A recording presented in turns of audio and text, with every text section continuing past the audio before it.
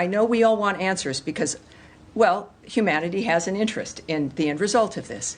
But I would just caution you in that regard, and to wait. And again, the thing that matters is what is accomplished, what the last point is. I do want to answer your question on Iran. Of course, the maximum pressure campaign on Iran continues, but as you know, the president has made it clear he wants to see dialogue and discussion with Iran while making his directive about Iran never being able to obtain a nuclear weapon quite clear. And the president spoke to the Sultan of Oman today, who helped facilitate these talks. I have a readout for all of you. He held a call with the Sultan of Oman today, and he thanked him for hosting the first direct meeting between the United States and Iran and emphasized the need for Iran to end its nuclear program through negotiations. The two leaders also discussed the United States' ongoing operations against the Houthis and emphasized that the Houthis will pay a severe price until they end their attacks on maritime traffic in the Red Sea. As you know, an additional negotiation between Steve Witkoff and Iran's representative has been scheduled for Saturday. And since these are ongoing negotiations, I have nothing more to add on that. Ambassador Stephen Witkoff conducted talks with the Iranian foreign minister, which were hosted by the Omani foreign minister. As the White House statement described, quote, the discussions were very positive and constructive, and the sides agreed to meet again next Saturday. Our goal remains clear. In the words of Ambassador Witkoff, quote, a deal with Iran will only be completed if it is a Trump deal. Any final arrangement must set a framework for peace, stability, and prosperity in the Middle East, meaning that Iran must stop and eliminate its nuclear enrichment and weaponization program. It is imperative for the world that we create a tough yet fair deal that will endure, and that is what President Trump has asked me to do. You know, the U.S. has been engaged in a military campaign over there for the past several weeks. Is the State Department leading any diplomatic path to get to whatever end result it is that the U.S. wants? We've seen reports that the U.S. is now looking at potentially supporting a ground invasion in Yemen or supporting factions inside of Yemen to push ahead with the momentum after the military campaign. Well, I won't speak on any negotiations that may or may not be happening or diplomatic considerations. I think many people have seen the reports regarding actions that may or may not be happening on the ground in Yemen as the Houthis' ability to resist is degraded. That's not something I can remark on. Of course, though, when we think about the nexus of the nature of what's happening in the Middle East, the United States has made its point clear, as the Secretary and through the President, through the ceasefire work and the nonstop efforts regarding the issues in Israel and on the Gaza Strip, and certainly now in the remarkable fact that Iran is at the table regarding their condition, which has also been affected, of course, by the degrading of Hezbollah. Certainly, the disaster that Hamas has brought that region, including Iran. So when we think about the ceasefire and making people's lives better, it certainly affects the entire region. And I think that's what we can all count on. Yes, ma'am. Tammy, thank you. You started out with some of your remarks saying that Iran must stop and dismantle its nuclear program. Well, let me say that was Ambassador Witkoff. Yeah, echoing what Ambassador Witkoff tweeted earlier today.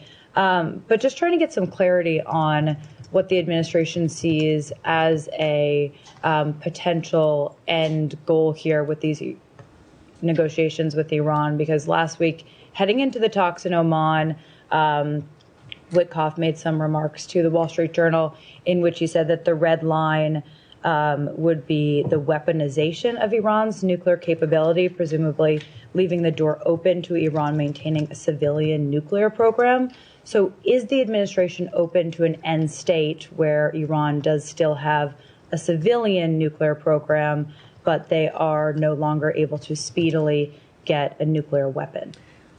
Well, first of all, for a comprehensive response, and we heard from Caroline earlier, the White House has that kind of response. What I can say, nevertheless, is that the Secretary has been clear, as has the President, as has been the Ambassador, that Iran cannot have a nuclear weapon. or an enrichment program. What we hear, and I said this again to our friends earlier in the day, as I do, some of you listening from home, I kind of spend about a half hour with our bullpen during the day, and we have some talks and find out what's on their mind. But what I mentioned, because there's always a reaction to a single tweet or a remark that's in a newspaper. And as we are clearly moving to a secondary meeting, which I still won't call a negotiation, but that could change, is that these are people who are the best in the world. Ambassador Witkoff clearly is one of the best people in the world for negotiating and for dealing with bad actors and getting peace and ceasefires. But when things are being said in the moment, in public, it is, you must consider that these are not, that's not part of how they negotiate in the sense of whatever they're talking about together. And that one should always wait and see that no one's negotiating in public. No one is, I don't know who that message would be for or the nature of what's said and how and what format. I would say what matters is an end result, our parties agreeing, papers being signed. It is not what people say, but the actions they take. We have shown that as a nation when the actions that we take and the nature of what we commit to, you can combine the two of what we say and what we do. But I would say that there's one goal here, and that is that Iran cannot have a nuclear weapon, and certainly or the enrichment program. And that is, I think, a pretty easy thing to start with, and that is the one thing that we know that they're working on, and I think we'll have some success considering who we're addressing. So just yes, sir. Follow up on Iran. You mentioned Ambassador Witkoff's tweet today. Last night in an interview with Fox News, he was talking about keeping Iran's enrichment levels below 3.67%, which is like on par with JCPOA. Today he talked about eliminating Iran's enrichment.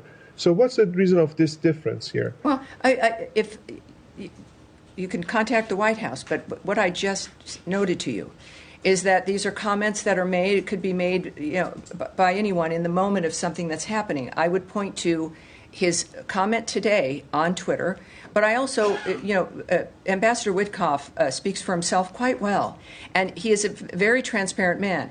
What's going to matter is what is accomplished, what the end result will be, as opposed to parsing, one statement or a sentence line there and another one over here. I know we all want answers because, well, humanity has an interest in the end result of this. But I would just caution you in that regard, and to wait. And again, the thing that matters is what is accomplished, what the last point is. And if anyone can do that, it would be President Trump and his vision along with Ambassador Witkoff, who's done a great job in this regard.